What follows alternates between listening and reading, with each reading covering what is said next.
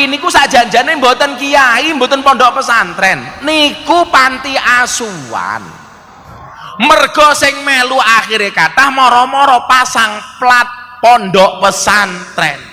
Sampai situ ya. Katanya yang di Pati viral itu bukan pondok pesantren katanya. Tolong itu teman-teman YouTuber itu. Jangan Anda harus fair lah itu.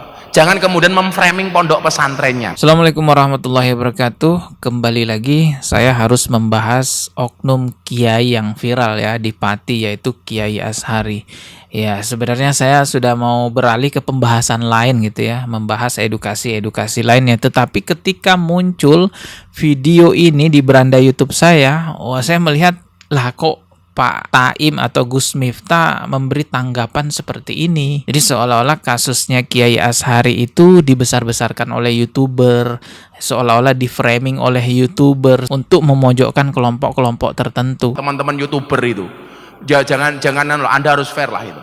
Jangan kemudian memframing pondok pesantrennya bahwa itu kesalahan mereka ya. Maka saya minta kepada aparat hukum. Oke, ini kita akan reaksi videonya. Sebelumnya saya ucapkan dulu terima kasih kepada teman-teman yang telah mendukung channel ini melalui Kris. Semoga Allah Subhanahu wa taala membalas dengan rezeki yang lebih besar lagi. Semoga menjadi pahala jariah bagi siapapun yang ingin berpartisipasi mendukung perkembangan channel ini agar bertahan lebih lama di sosial media. Silahkan scan Kris yang ada di layar. Sing teng Pati niku sajanjane mboten kiai, mboten pondok pesantren, niku panti asuhan. Mergo sing melu akhire kathah moro-moro pasang plat pondok pesantren. Sampai situ ya. Katanya yang di Pati viral itu bukan pondok pesantren katanya. Itu adalah panti asuhan. Karena banyak yang ikut di panti asuhan itu akhirnya tiba-tiba pasang plat pondok pesantren. Gini teman-teman ya.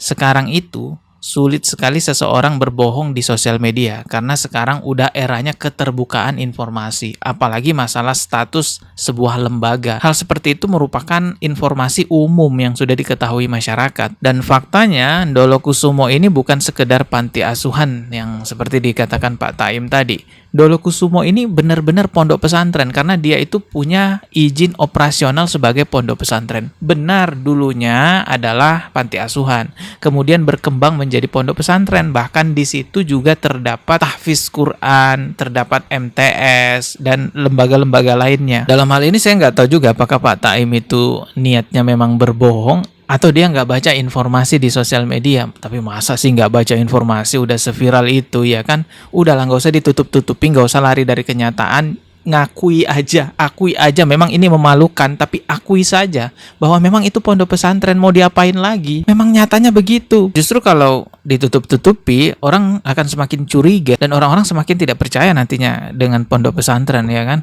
Lanjut ya, kita tanggapi lagi nih video lanjutannya. Dan apakah benar korbannya itu 50 santri? Itu belum terbukti. Betul ya, secara hukum belum terbukti bahwa korbannya itu 50 santri. Informasi tentang adanya korban 50 santri itu dari orang-orang yang ada di sekitar pondok pesantren tersebut. Bahkan kabarnya lebih dari 50. Tapi jumlah pastinya kita belum tahu teman-teman. Yang jelas banyak sekali korbannya ya. Kula mboten belani niku mboten, lak salah yo kudu dihukum. Tapi jangan sampai kemudian kejadian kasuistik berlangsung di satu tempat, kemudian pondok pesantren ini digeneralisir seolah-olah pondok pesantren seperti itu semua. Saya setuju dengan apa yang dikatakan oleh Pak Miftah ya, bahwasanya jangan mengeneralisir semua pesantren begini. Tapi kalau kita mengatakan bahwa kasus ini adalah kasus kasuistik, nggak tepat. Kasuistik itu adalah kejadian unik atau aneh yang terjadi hanya di satu tempat, nggak kejadian di mana-mana. Nah, faktanya hal memalukan yang ada di pondok pesantren ini kejadian di banyak tempat dan di mana-mana. Coba lihat beritanya tuh hampir tiap bulan, hampir tiap pekan ada kasus-kasus seperti ini. Bahkan yang terbaru sekarang ini ada lagi nih. Artinya ini bukan kasuistik. Ini memang kasus yang terjadi di banyak tempat. Itulah kemudian kenapa ada orang-orang yang mengeneralisir pondok pesantren seperti itu, karena memang pemerintah kita gagal menghambat agar hal-hal ini tidak semakin berkembang gitu ya. Nah, lanjut lagi nih. Nyuwun sewu, di kampus kok ada mahasiswa yang disalahkan mahasiswanya, kok ada dosen melakukan tindak yang disalahkan dosennya. Kalau di pondok pesantren kok delalah tersangkanya itu kiai atau ustadznya, kenapa yang disalahkan pondok pesantrennya? Ini Nggak bisa kita bandingkan dengan universitas, karena universitas itu tidak selalu basisnya agama.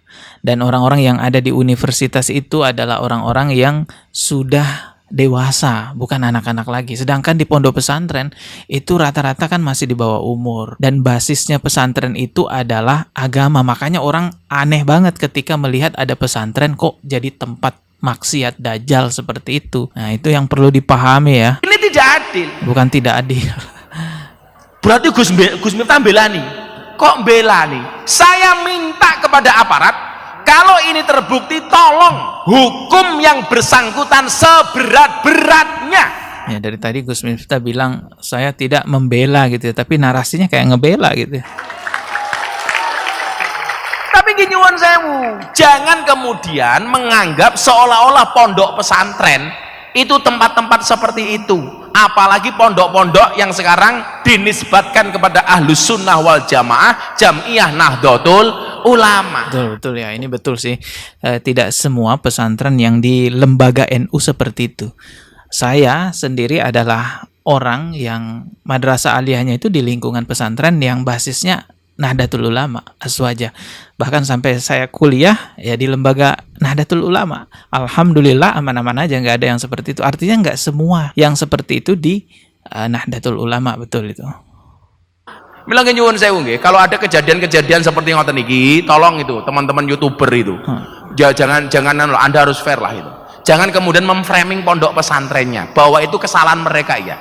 Maka saya minta kepada aparat hukum, kalau yang bersangkutan ini salah, benar sesuai tuduhan, tolong hukum seberat-berat. Gini Gus, teman-teman YouTuber itu tidak memframing. Framing itu tercipta secara alami di sosial media karena kasus ini terulang-ulang terus, tidak ada penyelesaiannya. Dan mohon maaf ya, kebanyakan kasus ini itu terjadi di kelompok itu-itu aja. Makanya secara alami framing itu terbentuk sendiri. Dan ingat baik-baik, kenapa YouTuber itu gencar banget membahas ini. Karena kalau nggak viral, mati lampunya. Kalau nggak viral itu nggak diproses. Ashari ini kan udah bertahun-tahun lamanya. Ketahuan begitu tapi nggak diproses. Kenapa? Karena nggak viral. Ntar saya hidupin dulu nih lampunya ya.